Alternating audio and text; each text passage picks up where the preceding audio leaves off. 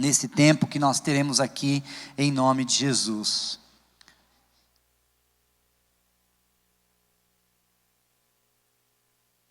Aleluia, Jesus, obrigado, Senhor, por esse culto, por esta reunião, por cada uma das pessoas que estão aqui. Eu te louvo, eu te agradeço. Eu sei que o Senhor já começou algo poderoso na vida de cada uma das pessoas, mas tem muito mais. Que esta palavra seja rema, seja um divisor de águas e que possa fazer a diferença em nome de Jesus.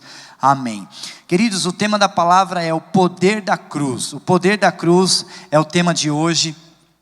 E eu quero começar lendo com você João 3, 14 e 15, que diz assim: da mesma forma como Moisés levantou a serpente no deserto, assim também é necessário que o Filho do Homem seja levantado, para que todo o que nele crer tenha a vida eterna. Eu vou ler de novo, porque isso aqui é muito profundo e é a base para a nossa ministração de hoje.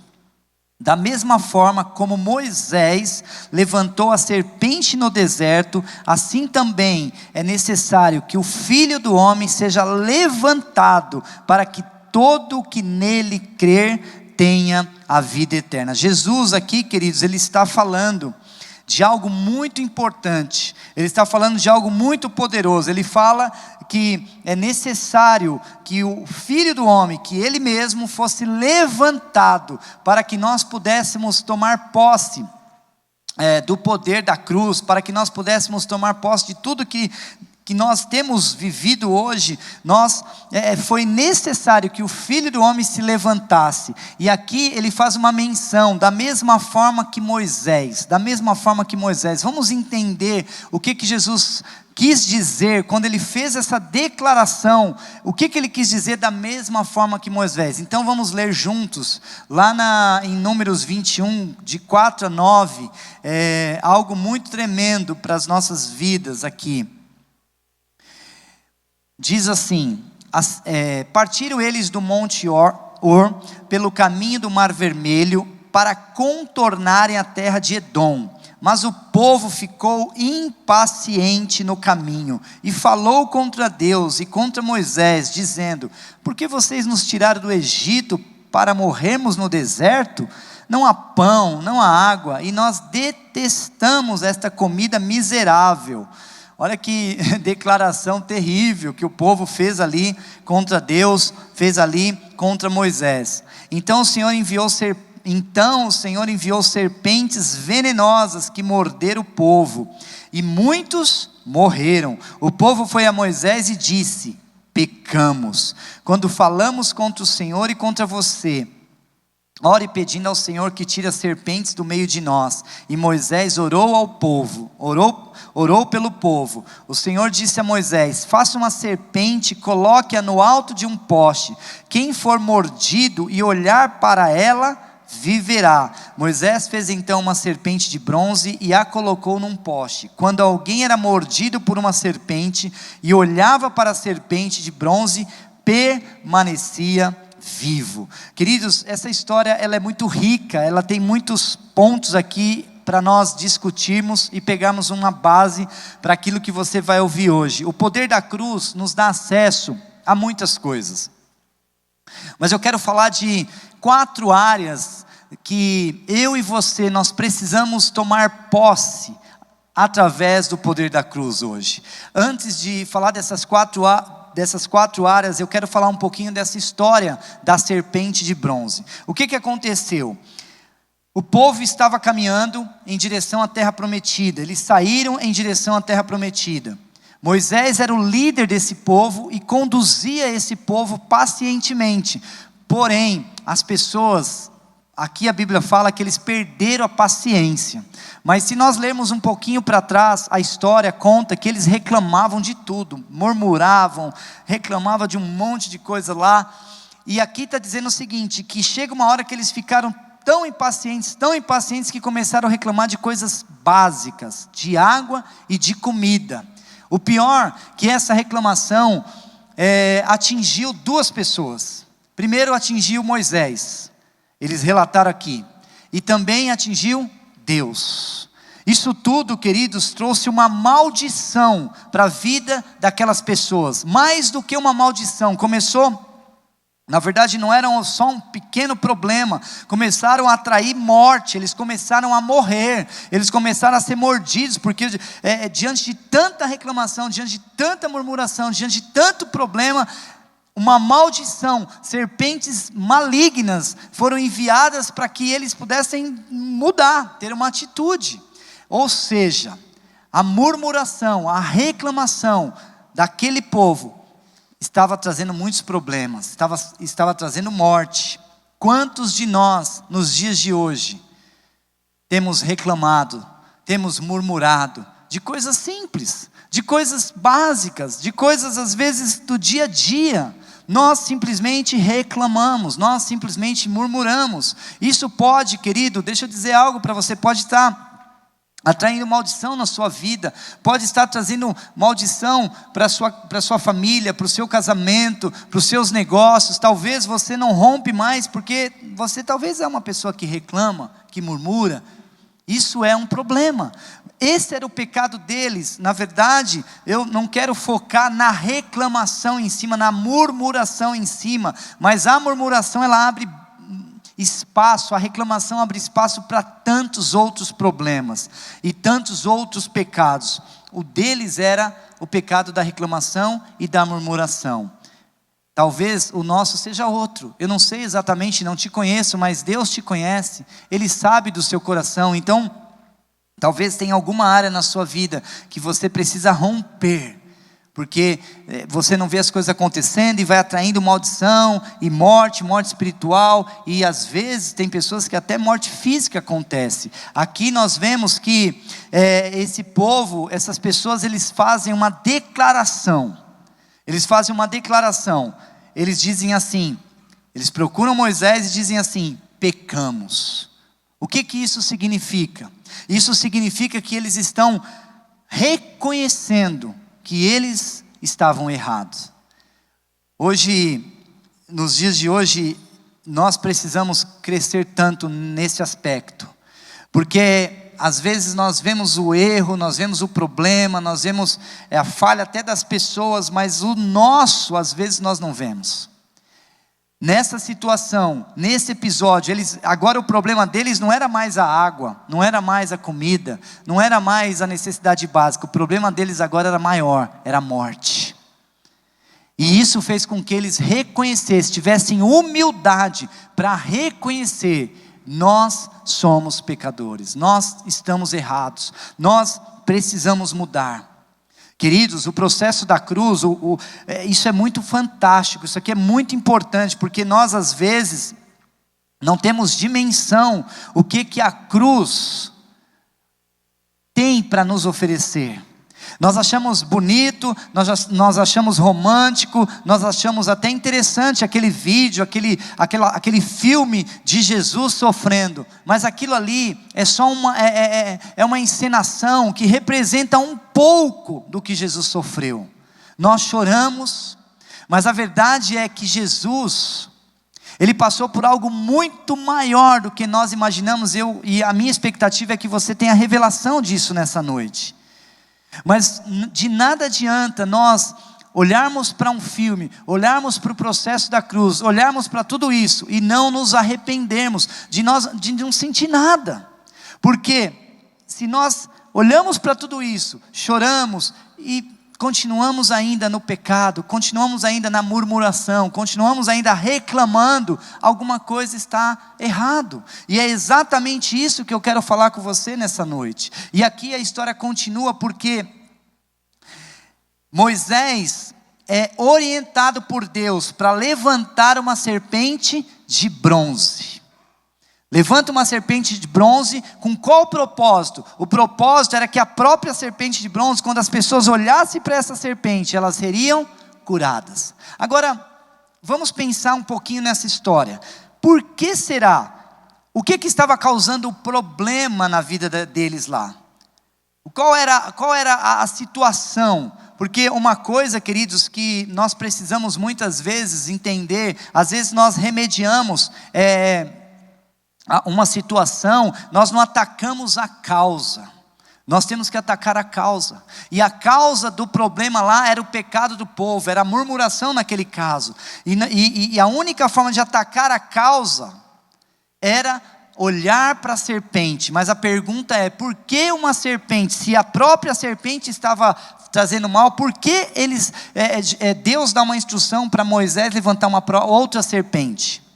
Não era qualquer serpente, era uma serpente de bronze. Isso tinha um propósito, isso tinha algo por trás.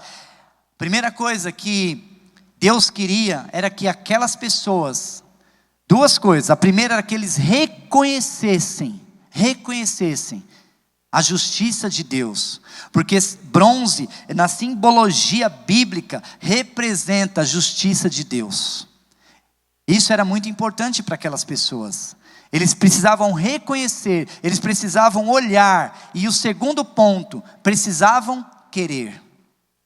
Nós muitas vezes ouvimos falar do poder da cruz, pregamos sobre o poder da cruz, falamos sobre isso, lemos sobre isso, mas não temos dimensão, não mudamos, não queremos mudar, não queremos dar um passo, não queremos pagar um preço, e isso é um problema. Então Deus estabelece uma questão, porque eu pergunto para você, se Deus quisesse tirar todas as serpentes daquele lugar, ele tiraria, sim ou não? Tiraria, mas ele não tirou. Ele não removeu. A Bíblia não está falando que as serpentes foram embora. As serpentes continuaram lá, mas o povo, a Bíblia fala que o povo precisava olhar para a serpente de bronze, para ver a justiça de Deus, e ser curado, ser sarado. Então, sabe o que isso significa? Que eu e você, nós precisamos querer. Nós precisamos olhar para a cruz, mas nós temos que querer se arrepender. Nós precisamos desejar isso. Quando você olha para a cruz, o que você sente? Dó de Jesus? Não é para ter dó de Jesus não, porque isso fez parte do processo. Você sente remorso, nós sentimos remorso do pecado, de alguma situação? Não é esse o propósito. O propósito é eu e você, nós olharmos para a cruz, saber que ela está vazia, mas nós nos arrependemos dos nossos pecados. Esse é o propósito da cruz, amém, queridos? Então, o que acontece com essa situação? Eles tinham que ter como referencial aquela cruz de bronze. Ou seja, talvez eu não quero, eu quero continuar aqui no pecado, eu quero continuar aqui reclamando da água, eu quero continuar reclamando da comida, eu quero continuar murmurando. Não, mas você vai morrer. Não tem problema. Quantos de nós, queridos, falamos para as pessoas, cara, você está no pecado, está errado, essa situação não é legal, isso vai te trazer problema. A pessoa não está nem aí. Olhar para a cruz é uma coisa, se arrepender é outra. Depende de nós, eu e você, nós precisamos querer se arrepender. Esse é o verdadeiro sentido da cruz. Agora, o que acontece, queridos, quando eu e você, nós nos arrependemos? O que acontece quando eu olho para a cruz, que eu vejo que não tem ninguém lá, porque ela está vazia, porque Cristo morreu e ressuscitou? O que acontece? Eu começo a atrair as bênçãos, eu começo a desfrutar do poder da cruz, eu começo a entender que a cruz é um referencial, mas todas as vezes que eu olho para a cruz, eu entendo, há um poder, porque cada gota de sangue derramada naquele episódio tem um sentido para a minha vida hoje. Amém, queridos? Essa é a verdade. E eu quero falar de 4 pontos aqui, que eu tenho certeza que você vai ser tremendamente impactado. A primeira coisa que eu quero falar, o que vem através desse arrependimento, de olhar para a cruz, não simplesmente de qualquer maneira, querer olhar, mas não só querer se arrepender, olhar que faz sentido, a cruz de Jesus faz sentido para a minha vida, para a sua vida. O primeiro ponto que eu quero falar com você é sobre cura, querido, cura física. Nós oramos aqui, o pastor Aías orou, foi tremendo, eu tenho certeza que Deus liberou cura nesse lugar, amém? Deus liberou cura nesse lugar, mas Deus, Ele quer curar você, Ele quer curar seus amigos, Ele quer curar sua família, Ele quer curar de doenças físicas, doenças emocionais, enfim, tantas coisas. A questão é que nós muitas vezes não tomamos posse. Se eu, por exemplo, da mesma forma que aquelas pessoas lá com Moisés precisavam olhar para a cruz como referencial, olhar para a serpente de bronze como referencial para ser curado, para evitar o veneno da morte, eu e você, se temos um problema, se temos uma situação, nós precisamos fazer a mesma coisa. A mesma coisa. Entender que Jesus morreu na cruz para conquistar cura física, libertação nas nossas vidas em nome de Jesus. Amém? Essa é uma verdade. Então, a Bíblia diz assim, olha o que diz em 1 Pedro 2:24. E Ele mesmo levou em seu corpo os nossos pecados sobre o madeiro, a fim de que morrêssemos para os pecados e vivêssemos para a justiça. Por suas feridas vocês foram curados. Queridos, a Bíblia fala em Isaías que a face de Jesus estava desfigurada. No processo antes de Jesus ser colocado na cruz, Ele foi açoitado, Ele apanhou, Ele sofreu. E a Bíblia, em Isaías 52:14, se eu não me engano, diz assim, que Jesus, a face dele estava desfigurada. O que isso significa? Significa que Jesus sofreu muito.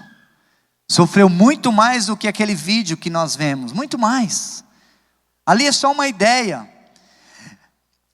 Antigamente tinha uma pessoa especializada.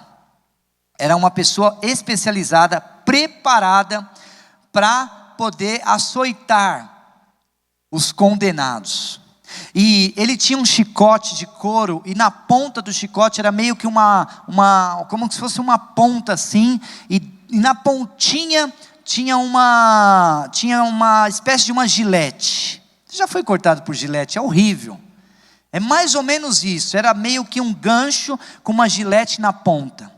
E um chicote de couro, e aquilo ia batendo nas costas de Jesus, só que não só batia e entrava na carne, e para sair arrancava a carne. Foi terrível, irmãos, foi um processo terrível, e apanhava, e aquilo ia pegando, pegou o rosto de Jesus, ao ponto da Bíblia dizer que estava desfigurada a face de Jesus. Agora, por que eu estou contando tudo isso para você? Para você ter ideia, porque eu poderia colocar um vídeo aqui e nós íamos nos emocionar, é fato.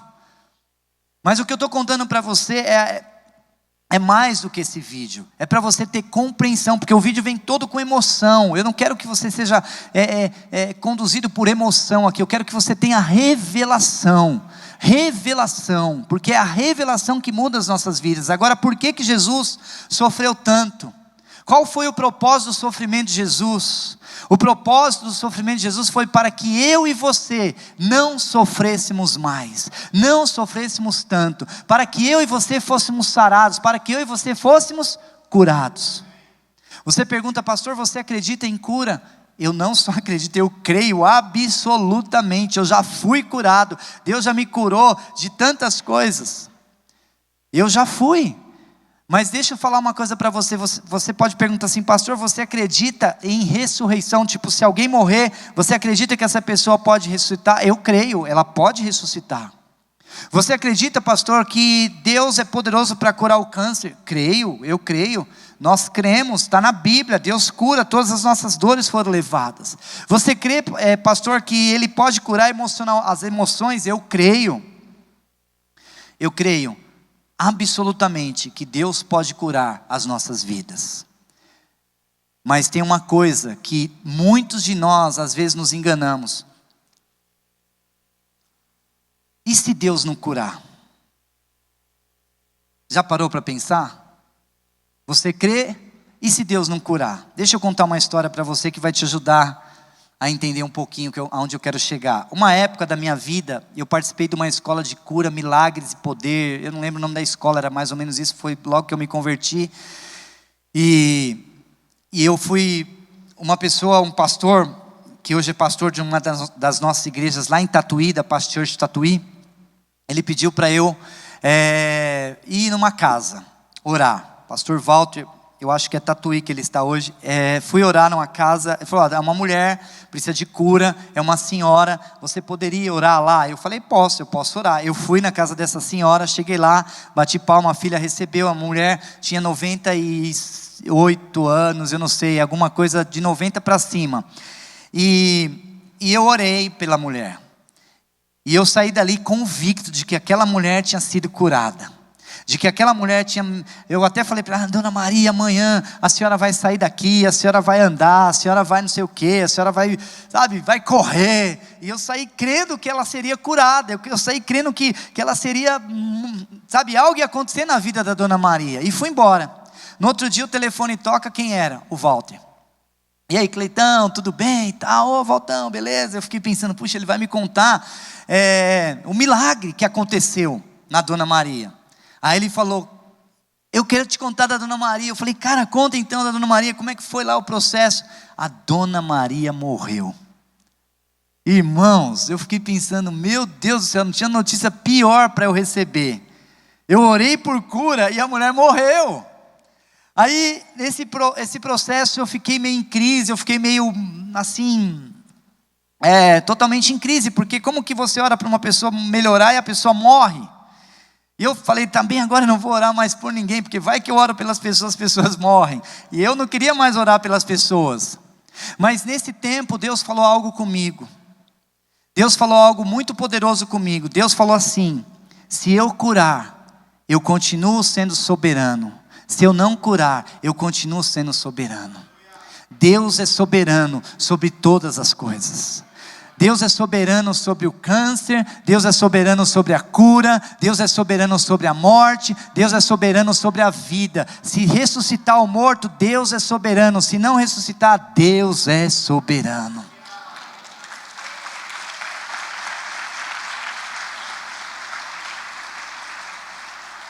Então, queridos, diante dessa consciência de soberania de Deus, eu quero pegar um gancho aqui, na oração do pastor Aías, eu quero dar vazão para essa unção de cura nesse lugar.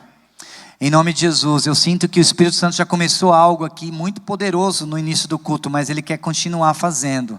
Então eu sinto que se você precisa realmente de um toque do Espírito Santo, um milagre de cura física, emocional, enfim, eu quero te encorajar você a levantar uma das suas mãos, onde você está, o Espírito Santo, Ele vai tocar na sua vida. Levanta bem alto as mãos, não tenha vergonha, querido, o Espírito Santo está aqui. Isso aqui é uma igreja, aqui é um ambiente profético, é um lugar profético, é o lugar do milagre. Eu quero encorajar todos os irmãos que estão do lado a colocar as mãos nessas pessoas. Começa agora a orar, começa agora a profetizar. Você é boca de Deus, você é instrumento de Deus. Começa a orar e profetizar cura na vida dessas pessoas. Deixa o Espírito Santo te usar.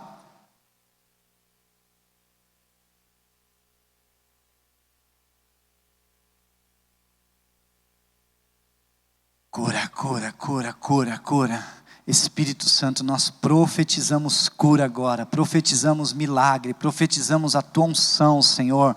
Nós declaramos o teu governo, a tua soberania. Tu és poderoso para operar milagres. O Senhor começou uma boa obra e vai continuar. Nós profetizamos agora, em nome de Jesus, sobre a vida dos teus filhos. Senhor, libera cura, libera uma unção de milagre, libera poder nesse lugar. Nós não estamos apenas numa reunião, Senhor Jesus, administrativa, mas nós estamos numa reunião cheia de unção, de poder, de autoridade, e a autoridade está no teu nome. Nós profetizamos agora, vem Espírito Santo, age, move, faz aquilo que nós não podemos fazer, faz aquilo que o homem não pode fazer, age no lugar que o homem não pode agir, em nome de Jesus, nós liberamos agora poder, nós liberamos vida e vida com abundância. Vem Espírito Santo, cura, toca, faz em nome de Jesus, Espírito Santo, continua crendo, Cristo, continua visualizando o seu milagre, continua visualizando a sua vida, em nome de Jesus. Toca, toca, toca, toca, Espírito Santo, toca.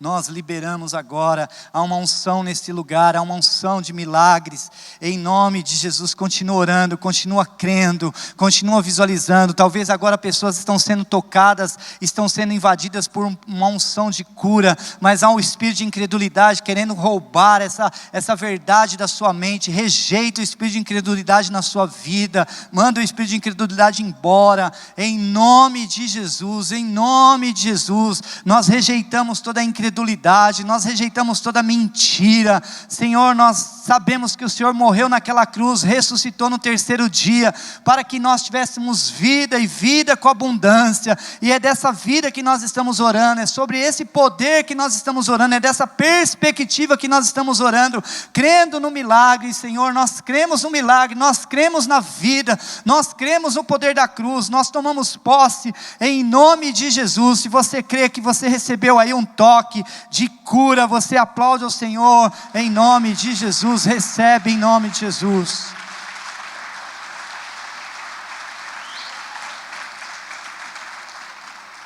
Aleluia.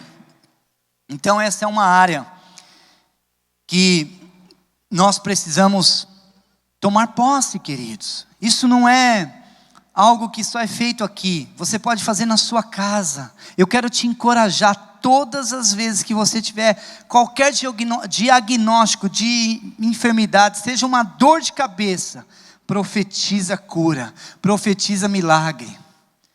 Deus, Ele faz milagre. Ele, sabe, nós precisamos orar, nós precisamos crer. Deus, Ele quer fazer, amém? Outra área que eu quero ministrar com vocês é sobre perdão. Mas não é perdão no sentido de você perdoar a pessoa, perdoar as pessoas. Não, isso é um outro assunto. O perdão que eu quero ministrar com você é o perdão que Jesus conquistou para você. Que infelizmente muitas pessoas, talvez nessa reunião mesmo, estão aqui escravizadas por uma mentira, por uma condenação, por uma acusação. Porque talvez você pecou em algum momento da sua história de vida e hoje você não consegue ser livre para ser perdoado. Você não se perdoa, você não caminha, você não tem vida, você não anda. E eu quero contar uma história também que aconteceu com a gente. Infelizmente, antes de conhecer Jesus, eu tive um envolvimento extraconjugal. E esse envolvimento extraconjugal trouxe muitas consequências ruins para o meu casamento. Quando eu me converti, passou um tempo, eu confessei isso para minha esposa, nós passamos por um processo, e enfim, só que isso foi, eu não era evangélico, não conhecia Jesus, estava no mundão e tal, enfim, mas quando confessei, parecia que tinha sido ontem, e para ela foi muito difícil, isso foi uma agressão muito grande, só que, queridos, eu não me perdoava, foi um erro? Foi. Então até enquanto eu não conhecia Jesus, eu vivia como se tudo estivesse bem e perfeito. Quando eu confessei e pedi perdão para Deus, abri com ela para a gente resolver tudo isso, porque imagina hoje como um pastor, como é que seria carregar esse peso? Eu não me perdoava. Só que esse processo também mexeu muito com a gente, falou muito comigo. Foi um tempo onde Deus ministrou muito a minha vida. E eu pude entender que Deus queria manifestar o poder da cruz e me perdoar. Jesus morreu naquela cruz para tirar toda acusação da tua vida. Tem pessoas aqui, nessa noite, amarradas porque se sentem presas, acusadas, talvez uma corrente, essa serpente, talvez fez ela está enrolada nas suas pernas, você não tem mobilidade. Eu quero orar também por você. Se você está nessa condição, querido, você sente que em algum momento da sua caminhada, você pisou na bola com Deus, porque aqui eles pisaram na bola com Moisés e com Deus. Eu quero dizer algo para você, o poder da cruz, ele veio para mudar essa história das nossas vidas. Olha que interessante esse episódio aqui, Colossenses 2:3 diz assim, quando vocês estavam mortos em pecados e na incircuncisão da sua carne, olha que tremendo isso, Antes de conhecer Jesus, eu estava morto, querido. A minha vida não tinha sentido. Eu pecava, fazia um monte de coisa errada, aprontava todas. Mas ainda assim, Deus o vê. Aí o processo aqui da cruz, o que aconteceu? Deus os vivificou com Cristo. Quando Deus deu o Filho dele para morrer no meu lugar, Ele deu vida para a minha vida. E quando eu confessei Jesus, eu aceitei Ele como meu Senhor e Salvador, eu tomei posse do poder da cruz, e o perdão veio sobre a minha vida. Eu não preciso andar acusado, eu não preciso andar preocupado, porque se eu já confessei, está confessado, eu sigo para frente, eu caminho em vitória, eu ando de glória em glória, de bênção em bênção, desfrutando do poder da cruz, amém, queridos? E a Bíblia diz assim: Ele nos perdoou todas as nossas transgressões. Não são só algumas, todas. Inclusive, querido, se você pecou hoje à tarde, se você se arrepender, Ele te perdoa. Ele te perdoa. Amém? E aí, olha o que diz aqui, Colossenses 2,14, tem algo muito mais poderoso que diz assim, além de nos perdoar, diz assim: e cancelou a escrita de dívida, que consistia em ordenanças, e que nos era contrária. O que era? A escrita de dívida é o seguinte: você tem que pagar. Existia ordens lá, tem que pagar. Só que o que Jesus fez com a morte e ressurreição, com o processo da cruz, a Bíblia diz, Ele removeu, pregando-a na cruz.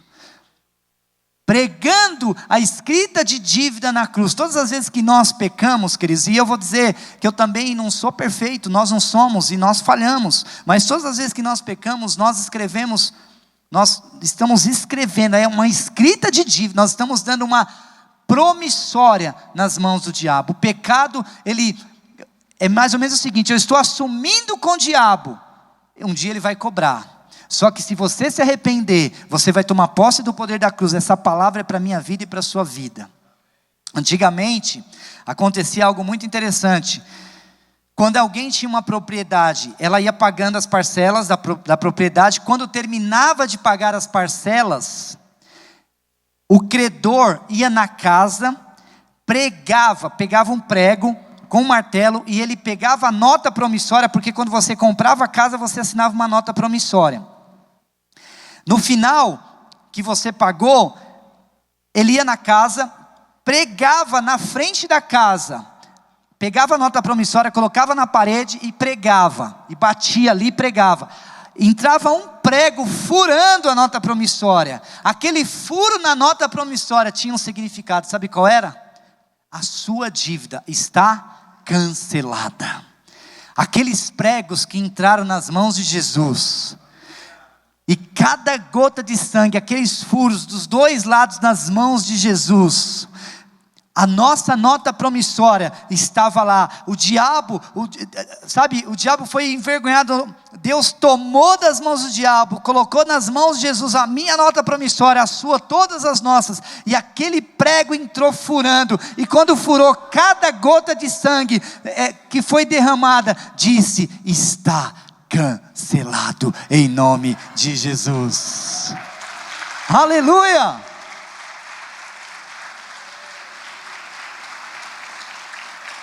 Eu quero orar com você, de uma forma bem rápida também, mas eu quero ativar você para viver isso todos os dias. Quando o diabo vier, pega lá, entenda o processo da cruz. A nota promissória está com furo, porque Jesus já pagou, está cancelado.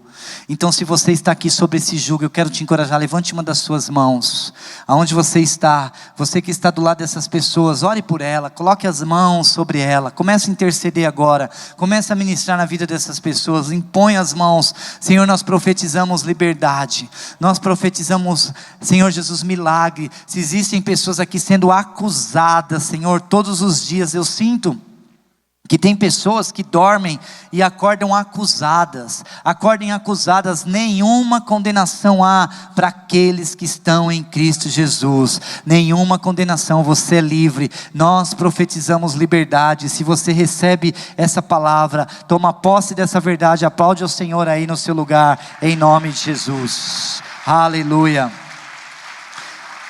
Caminhando aqui, antes ainda da conclusão, eu quero falar somente mais 2 pontos aqui finais, mas o primeiro desses 2 últimos, é vitória, alegria. Queridos, antigamente, depois de uma briga, de uma vitória militar romana, acontecia algo muito tremendo. O vencedor, ele colocava os pés no pescoço do derrotado. E o que significava colocar os pés no pescoço do derrotado? O derrotado estava meio morto, meio vivo ali, era acabar com o derrotado. Era o finalzinho da história. A Bíblia conta que teve um episódio de 5 reis. Josué venceu a batalha lá em Mequidá, e a Bíblia conta que esses 5 reis estavam escondidos com medo de Josué. Pode trazer os caras, pode colocar eles aqui, porque nós vamos pisar no pescoço deles. Queridos, sabe o que a vitória de Jesus na cruz significa? Muito mais do que nós imaginamos. Eu e você não temos o direito de andar cabisbaixo, não temos o direito de andarmos tristes, não temos, queridos. Sabe, você e eu, nós estamos melhor do que centenas e centenas e centenas de milhares de pessoas no mundo. Primeiro porque nós temos Jesus, e segundo porque nós temos vida, nós temos família, nós temos uma casa, nós temos comida. Já parou para pensar nisso? Então, eu e você temos que tomar posse disso. Mas olha o que diz a Bíblia, lá em Colossenses 2,15, diz o seguinte: e tendo despojado os poderes e as autoridades, fez deles um espetáculo público,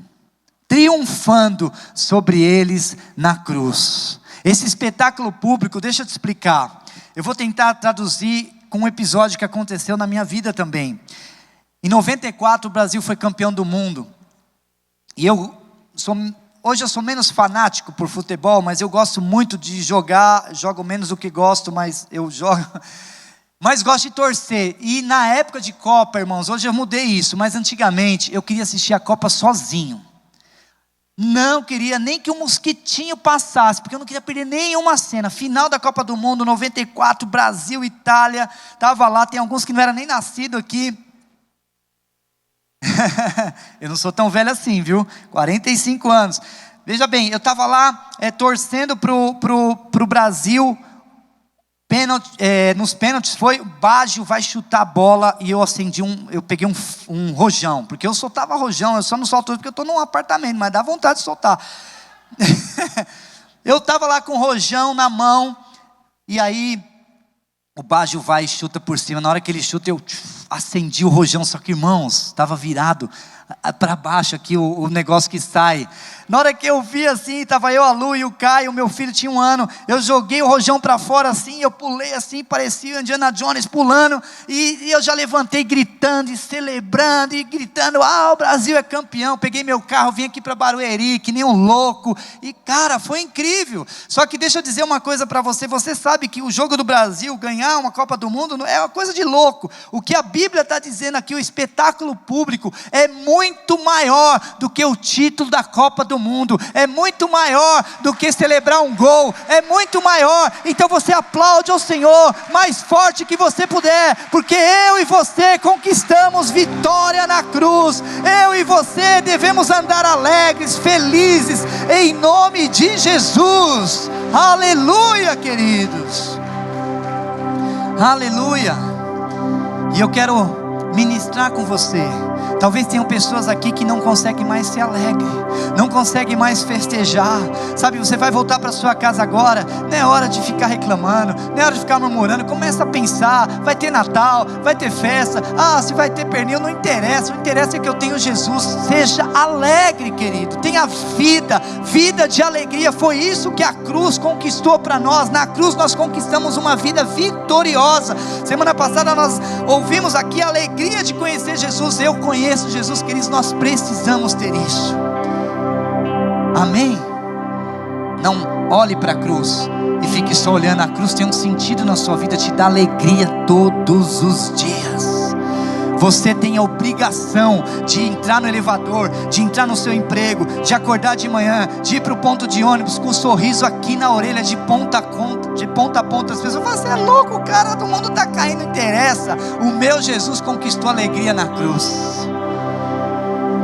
Então eu sinto, querido, se você está aqui, levanta as suas mãos. Se você precisa de alegria, se você sente tristeza do nada, levanta as suas mãos. Eu quero orar com você. Nós vamos orar. Impõe as mãos dessas pessoas. Você que está do lado, nós profetizamos. Espírito Santo, nós liberamos agora uma unção de alegria. Unção de alegria, unção de alegria, unção de alegria, unção de vitória. Senhor, nós repreendemos todo espírito de derrota, nós repreendemos toda morte, nós repreendemos todo engano. Senhor, libera a alegria agora do Senhor, a alegria do Senhor. A Bíblia diz que a alegria do Senhor é a minha, é a sua, é a nossa força. Você não nasceu para ser um derrotado, você não nasceu para andar de cabisbaixo, você não nasceu para viver derrotado, você nasceu para andar alegre, porque Jesus conquistou alegria e vitória para você na cruz. Eu profetizo nessa noite uma unção de alegria sobre a igreja, sobre a vida dos teus filhos, sobre a família, em nome de Jesus. Se você recebe, aplaude a Ele, toma posse. Aleluia, aleluia. E para concluir, esse aqui é a cereja do bolo, a coroa da riqueza. Queridos, Jesus, depois que ele já estava lá, foi colocada uma coroa na cabeça de Jesus. Só que o diabo, ele tinha uma ideia. Quando ele estava ali, talvez coroando Jesus, ele falou: o cara é o maior derrotado da história. Muito pelo contrário, aquela coroa, você talvez nunca ouviu isso, mas isso é uma revelação para mim e para a sua vida, queridos. Preste bem atenção. Aquela coroa é a coroa da riqueza. Quando eu olho para aquele episódio, eu não, obviamente só lendo ou vendo em filmes que foram feitos, com todo o respeito, com toda a reverência a esse episódio, esse processo todo que Jesus passou, eu sinto tanta alegria, porque tinha sentido. Quando aquela coroa é colocada, os espinhos começam a furar a cabeça de Jesus, os espinhos começam a esmagar a cabeça de Jesus. Só que naquele momento, nós conquistamos algo que eu quero liberar sobre a sua vida hoje, algo que você precisa tomar posse. Sabe, irmãos, muitas pessoas não entendem, mas sabe o que coroa significa? Coroa significa autoridade, coroa significa poder, coroa significa majestade, coroa significa riqueza, coroa significa abastança, coroa significa dinheiro, money, cacau. Irmãos, deixa eu falar uma coisa para você. Você não pode admitir andar uma vida miserável tendo o Deus que você tem. Você não pode admitir viver vida miserável sabendo que Jesus conquistou riquezas. Sabia que Jesus, com esse episódio da cruz, Jesus conquistou riqueza financeira para as nossas vidas? Não, meia dúzia de pessoas tomou posse. Jesus conquistou. Deixa eu te explicar. Na hora que aquela coroa entrou, foi esmagando o espírito de miséria, esmagando o espírito de falta, esmagando o espírito de pobreza. Deixa eu falar uma coisa para você. Não, sabe, renuncia na sua vida espírito de mesquinhez. Queira o melhor, coma o melhor, viva do melhor, porque o meu Deus e o seu Deus, a Bíblia fala que, olha o que a Bíblia fala, queridos: o meu Deus suprirá todas as necessidades de vocês, de acordo com as suas gloriosas riquezas em Cristo Jesus. Ou seja, queridos, o meu Deus é poderoso, Ele é rico. Olha, desculpa, eu não tenho nada, eu respeito quem pensa assim, mas eu quero desfrutar do melhor nessa terra. Se eu vou viver, eu só tenho uma vida para viver, e é pouco tempo, mas o tempo que eu tiver aqui, eu quero comer do melhor, eu quero viver do melhor, eu quero desfrutar do melhor. Isso está liberado para você, isso está liberado para a sua vida. Se prepara, meu irmão, você vai ser sabe, eu sinto te falar isso, eu não falei isso em nenhum culto, mas eu sinto Deus está liberando muito dinheiro aqui para algumas pessoas, para você, sabe, ser uma pessoa diferenciada em Deus também, porque às vezes fica pensando, não, vamos viver aquela vida miserável, sei que, contando moedinha. Irmãos, desculpa, isso aí é o que as pessoas estão vivendo. Eu conheço um Deus milionário, riquíssimo. Eu quero viver e tomar posse do milagre em nome de Jesus, amém, queridos? Aleluia.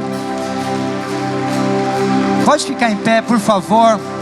Mas eu também quero orar por essa área. Eu também quero orar, só que eu quero que todos vocês levantem as mãos. Sabe, Deus tem derramado uma graça na minha vida, na área financeira. E eu tenho, assim, o mínimo que eu posso fazer é liberar que você viva, sabe, um tempo novo. Nós estamos encerrando 2019, mas 2020 Deus vai despejar um caminhão de riqueza, sabe. Você vai mandar espírito de miséria, de falta, de escassez embora, em nome de Jesus. Agora começa a tomar posse, levanta bem alto a sua mão. Espírito Santo, nós profetizamos abundância. A tua palavra diz, Senhor, que o Senhor é um Deus de abundância, que o Senhor é um Deus de fartura, que o Senhor é um Deus que faz infinitamente mais. A cruz garante isso, que o Senhor morreu e ressuscitou para que nós vivêssemos em abundância. Em nome de Jesus eu profetizo agora riqueza, prosperidade financeira. Libera sobre a vida dos teus filhos, em nome de Jesus. Libera, em nome de Jesus, aleluia, aleluia.